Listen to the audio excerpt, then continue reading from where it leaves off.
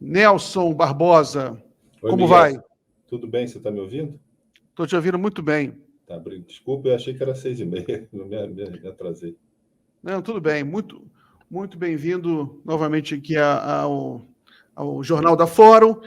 E vamos, então, direto ao assunto. Política. Primeiro, vamos falar um pouco de política nacional. Hoje teve o encontro do Lula com o Eduardo Paes. Há uma grande expectativa de que poderia haver aí um entendimento entre o PT e o PSD, né? O que você acha desse encontro? Você acha que é possível um entendimento nesse nível entre o PT e o PSD para as eleições presidenciais, naturalmente? Acho que entre o PSD é mais difícil, porque eu estou falando de um acordo nacional, né? Acho que no Rio de Janeiro, talvez, porque tanto o Eduardo Paes, quanto o PT, quanto até agora o PSB com o Freixo, já sinalizaram que poderiam se unir contra o atual governador, né? Então, acho que é possível fazer uma chapa no Rio de Janeiro.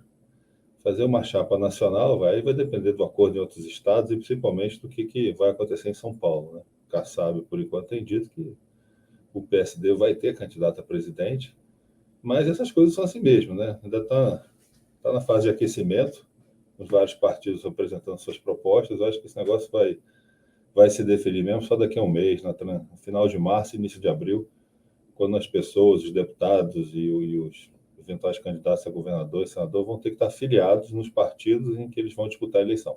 Então, essas conversas vão aumentar muito a intensidade. Vai ter muita notícia para um lado e para o outro até o final do mês que vem. Muito bem. Nelson, tem um comentário aqui que o som está baixo, né? Tá. Aí, se você puder falar um pouco mais alto ou aproximar o microfone para falar um pouquinho mais alto, ajuda. Nelson, na última vez que você esteve aqui, a gente falou um pouco sobre a questão de qual será a política econômica de um possível governo Lula. E você falou, não, Miguel, a gente está discutindo, né? Vai depender da federação, como que a gente vai discutir isso com outros partidos. E agora a gente já está no meio de fevereiro, já tem alguma novidade, como vai ser o projeto econômico, a política econômica do governo Lula, ou ainda tem que esperar, tem que terminar essas conversas com outros partidos? Eu acho que definição somente depois da candidatura formalizada e das alianças, pelo menos, encaminhadas, né? Agora, o próprio Lula tem falado algumas coisas que já dá uma direção do que seria a política econômica num eventual governo dele. Ele já declarou que deseja reavaliar a reforma trabalhista, né? Então isso com certeza vai ocorrer a partir de uma conversa com trabalhadores e empresários. Ele tem falado de várias formas que é necessário investir no povo brasileiro. Então, muito provavelmente vai ter um reforço em transferência de renda para combater a pobreza, aumento de investimento. Tem que tratar o investimento de um modo diferente, está sendo tratado hoje. Hoje o investimento é resíduo, né? Você tem um limite, uma regra fiscal, que é o que sobra de espaço, fica para o investimento. Como não tem sobrado quase nada, o governo investe muito pouco. Então, também tem um consenso em todo mundo que tem participado das discussões que é preciso investir mais. Investir não só no que a gente chama de infraestrutura econômica, tradicional, né? Energia, transporte, desenvolvimento urbano, mas também infraestrutura social, né? Saúde, educação e até segurança pública, que também é uma forma de infraestrutura. Então, esses pontos me parecem bem definidos, né? Um dos pontos mais difíceis, Miguel, que aí tem que conversar e principalmente ver como está sendo feito lá fora, é essa nova política industrial, né? Porque está claro que para a gente ter uma diversificação produtiva, é preciso que o governo incentive mais inovação, tecnologia, né? Criação de bons empregos aqui no Brasil. Tem várias formas de fazer isso, mas esse é um ponto que também vai figurar importante na campanha, eu acredito, na campanha do presidente Lula. Nelson, a gente conversou uma vez aqui, e eu achei muito interessante uma observação que você fez, é sobre essa crítica que se faz ao PT, que o PT seguiu a mesma política econômica do FHC, né, que não mudou a política econômica. E você comentou, não, Miguel, mas houve mudanças, né? Houve mudanças nas reservas internacionais de investimentos, salários, né, dos trabalhadores. E eu queria voltar a esse ponto, né? como é que você responde a essas críticas que se fazem, né? Como é que você desenvolve essa melhor? Queria que você desenvolvesse mais essa resposta de que o modelo econômico do PT, ou dos governos do PT, Lula e Dilma, foi o mesmo dos governos anteriores e é o mesmo do governo Temer, governo Bolsonaro. Como você responde isso? Eu acho que essa crítica normalmente revela um desconhecimento até do tema, né? Então, para voltar, o governo do PT começa em 2003. Pega um país com inflação em 12,5% subindo, um país sem reserva internacional, um país com dívida no FMI, né? Crescimento baixo e o juro alto. O juro naquela época estava 26,5%. O juro real estava em torno de 15% real. Era um contexto de crise, era um contexto que não tinha muito espaço. Então, o PT, quando assume, ele faz uma consolidação fiscal, vai levar o resultado primário, ainda tem que subir um pouco o juro, porque a inflação que naquele momento estava subindo. Esse ajuste vai durar uns 3 anos, vai durar 2003, 2004, 2005. O ajuste dá certo, e a China começa a crescer muito, começa a puxar o mundo todo e nós também. A situação começa a melhorar a partir de 2006, né? O presidente Lula começa a mudar a política econômica. Ele paga a dívida com a FMI, começa a acumular reservas internacionais. No final do governo Fernando Henrique, se não me engano, era 50 bilhões, mas 20 bilhões estavam comprometidos, nós somos 30 bilhões líquidos. Vai começar a acumular reserva internacional, os dólares, né? Que vão chegar a 360, 370 bilhões de reais. E por isso, Miguel, a gente não tem crise cambial nos últimos 20 anos. Crise cambial, hoje, quando eu vou dar aula para os meus alunos lá, o pessoal não sabe o que é crise cambial. A última foi em 2022, 20 anos atrás. Então, acumulou reserva, essa é a primeira mudança importante. Não resolve todos os problemas, mas diminuiu aquilo que a gente viveu e sabe, né? Que é a crise cambial toda hora, ter que ir ao FMI, esse tipo de coisa.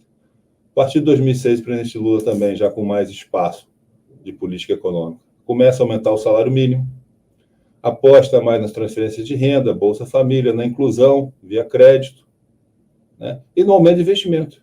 O aumento de investimento começa em 2006, depois ele se transforma no PAC, no Programa de Aceleração do Crescimento, com um aumento de investimento. O investimento vai subir, vai chegar a quase 20%, pouco mais de 20% do PIB ali na transição 2010-2011.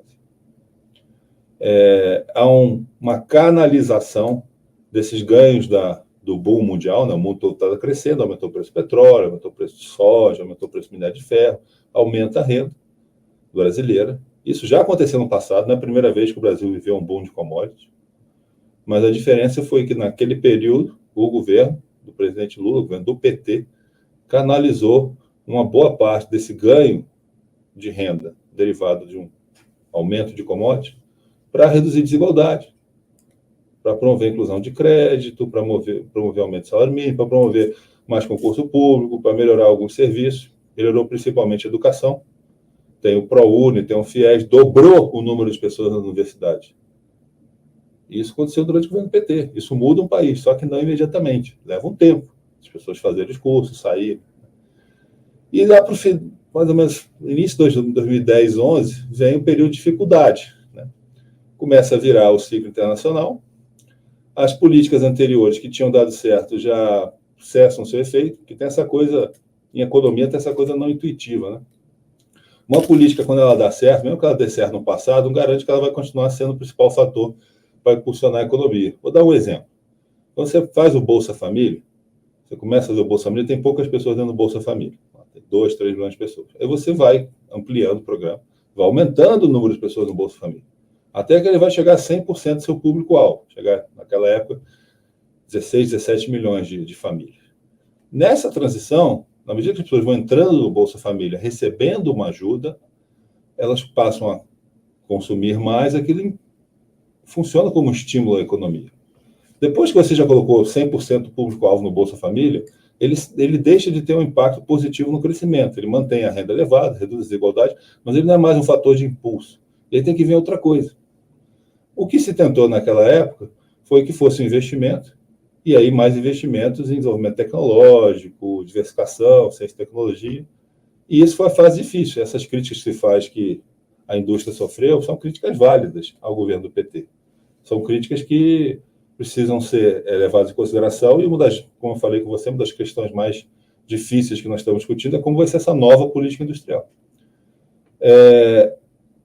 Essa crise da indústria, digamos, essa desindustrialização, ela começa a ocorrer mais forte, principalmente depois da crise de 2008 e 2009, que a indústria para de crescer. O governo aí, já da presidente Dilma, tentou fazer medidas, tentou fazer desoneração da folha, tentou fazer lá o Plano Brasil Maior para alguns setores, né? Tentou usar políticas fiscal para compensar a perda de competitividade, só que a apreciação do câmbio naquele momento foi muito grande. Então, os incentivos fiscais acabam sendo insuficientes para compensar isso. E, a partir de 2012, começa a virar a situação mundial, né? O mundo entra numa fase de lento crescimento. E aqui nós entramos numa fase não só de lento crescimento, mas também de uma crise política crescente. Então, eu acho assim, resumindo a história, o PT pegou um país que estava com problema, estava desequilibrado, teve que fazer um ajuste no início. Quando esse ajuste se completou, o PT mudou a sua estratégia para promover o crescimento e redução de desigualdade. Quando o cenário internacional ficou desfavorável, a partir de 2011, 2012, o governo inicialmente absorveu o impacto disso, manteve as políticas sociais, absorveu o impacto disso aumentando seu déficit, né, 12, 13, 14, só que o governo também não tem um orçamento infinito, né? Quando chegou lá em 2014, o governo já tinha absorvido muito da desaceleração mundial, a dívida começou a subir, e aí era preciso fazer uma outra mudança de rumo. Houve um erro em 2015, houve um diagnóstico de que a situação, a economia estava estável, e aí começou a se fazer um outro ajuste, naquela época, considerado gradual. Só que aí veio um turbilhão, né? Veio uma tempestade perfeita, veio os efeitos políticos da Lava Jato, veio toda aquela situação lá de movimento, sabotagem do governo no Congresso, né? E o mundo continuou operando. Eu lembro que o preço do petróleo caiu de cerca de $120 para $30. Aí a crise bateu forte e houve, então, o movimento para derrubar a presidente Dilma, que acabou sendo um golpe parlamentar, né? E começou a fase atual.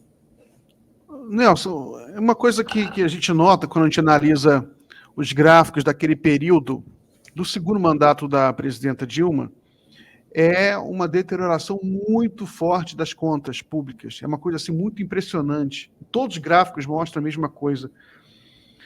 Você acha, qual, na sua opinião, o papel que a Lava Jato teve nisso? E também será que houve também uma sabotagem empresarial nesse sentido? Alguma tipo de sabotagem? Porque é muito brusco, ou foi tudo erro de política econômica da Dilma? Hoje, passado já quase 6 anos, né, a gente já vê, começa a ser um assunto de livros de história, hoje está claro que aquela recessão foi o efeito de várias coisas, não uma só. Então, como eu falei, teve uma piora da situação internacional, ela começa ali no final de 11, início de 12, e ela vai ganhando força. Então, os preços commodities começam a cair, vão cair em 2012, 2013, 2014, 2015. Elas vão atingir o vale aí no final de 2015 e início de 2016. Normalmente, quando isso acontece, na nossa história, há uma desaceleração no Brasil. Houve também o esgotamento das políticas bem-sucedidas do período anterior, né? Já tinha ocorrido muita inclusão social via transferência de renda, via crédito, era preciso que isso agora acontecesse de outra forma. O PT tentou, mas isso acabou não acontecendo. Tentou com incentivos aos empresários, né? Exoneração, incentivo financeiro. Eu não acho tanto que é sabotagem, tá, Miguel? Eu acho difícil quando você vai falar assim, de milhões de empresas e tal. O que houve é que, num contexto de incerteza, grande parte dos empresários tiveram os benefícios e não investiram, né? Então, aquilo foi um erro, teria sido melhor direcionar esse recurso para um gasto direto do governo, seja em programas sociais, seja no investimento do próprio governo. Agora, houve também 2 fatores políticos. Um foi a Lava Jato, ela começa, de fato, em março de 2014, e vai com o objetivo de combater a corrupção, que ninguém é contra. Ela, na verdade, virou um projeto político, né? E acabou destruindo muitas empresas, muitos empregos, além do que seria justificado só pelo combate à corrupção. Hoje, as estimativas que se faz é que a Lava Jato, sozinha, gerou uma queda do PIB, né, da renda total da economia, algo entre 2% e 3%. A recessão total foi cerca de 6,5%. Então, assim, a Lava Jato foi um fator. Ninguém é contra combater a corrupção, todo mundo acha que combater a corrupção, aumentar a eficiência é dever de qualquer governo, direita, esquerda. A questão é que você tem que fazer isso de forma inteligente. Ali, como a cruzada era mais política, no afã de aparecer na imprensa, ganhar mídia, os procuradores e juízes, né, que a gente vê hoje, acabaram tomando decisões que destruíram projetos viáveis, empregos que se justificavam e empurrou a economia para baixo. E, na sequência, a partir da reeleição da presidente Dilma, começa a construção do golpe de 2016, com a oposição no Congresso apostando quanto pior, melhor. Eu mandava alguma coisa para o Congresso para estabilizar a economia, não só não era aprovado, como eles aprovavam uma coisa na direção oposta. E isso prejudicou o combate à crise. Por fim, ainda teve um outro fator, que foi a questão climática, mas essa vem de longe, né? Essa vem desde o início dos anos 2010, indicando que a gente tem que mudar a nossa estratégia de fazer política, tem que fazer uma estratégia mais amigável ao meio ambiente, diversificar as fontes de energia, mas ela começa a bater mais forte na economia também nesse período. Não sei se você se lembra aquelas secas que teve em São Paulo, né? Volume morto do Carandiru, aquelas coisas todas. Então, assim, foi uma tempestade perfeita, né? Choque internacional, clima, esgotamento das políticas do PT que deram certo na década de 2010, já não eram suficientes para puxar a economia na década seguinte, né? Lava Jato, falta bomba. Né? Essas 5 coisas explicam a recessão. Nelson, a gente tem mais aqui só alguns minutinhos, já tem um novo programa que vai começar agora, os convidados já estão aqui. Vou fazer só a última pergunta, aí vou liberar você e chamar o Lucas para apresentar o outro programa. Nelson, existe uma grande dúvida sobre como o Brasil vai fazer para reconstruir a sua economia, né, em função das travas que foram colocadas nos últimos governos, sobretudo no governo Temer, né, que foi o teto de gastos. Como será possível, na sua opinião, né, num primeiro momento em que talvez não sei se vai ser possível politicamente derrubar o teto de gasto, retomar os investimentos públicos, retomar o investimento em infraestrutura com esse teto de gasto aí, ou não é possível? Não é possível, isso é uma restrição que nós criamos para nós mesmos, né? Lembrando, tinha o teto de gasto, veio o Covid, o Bolsonaro, e também empurrado pelo Congresso, lançou um pacote emergencial que amenizou a crise. Ele pediu autorização para o Congresso para fazer medidas de estímulo. O Congresso, na verdade, forçou várias dessas medidas que a equipe econômica dele não queria fazer. E em 2020, foi gasto cerca de 525 bilhões de reais, se eu não me engano, nessas medidas de estímulo, atenuar a crise. Em 2021, o Congresso novamente deu um espaço fiscal, permitiu o governo gastar chamado extrateto, para que alguns programas fossem mantidos. Então, manteve auxílio emergencial, manteve auxílio de proteção ao emprego e tal. E nesse ano 2022, aí já com objetivo não tão republicanos, né, o Bolsonaro e os aliados dele conseguiram mais cerca de 106 bilhões de reais de gasto extrateto.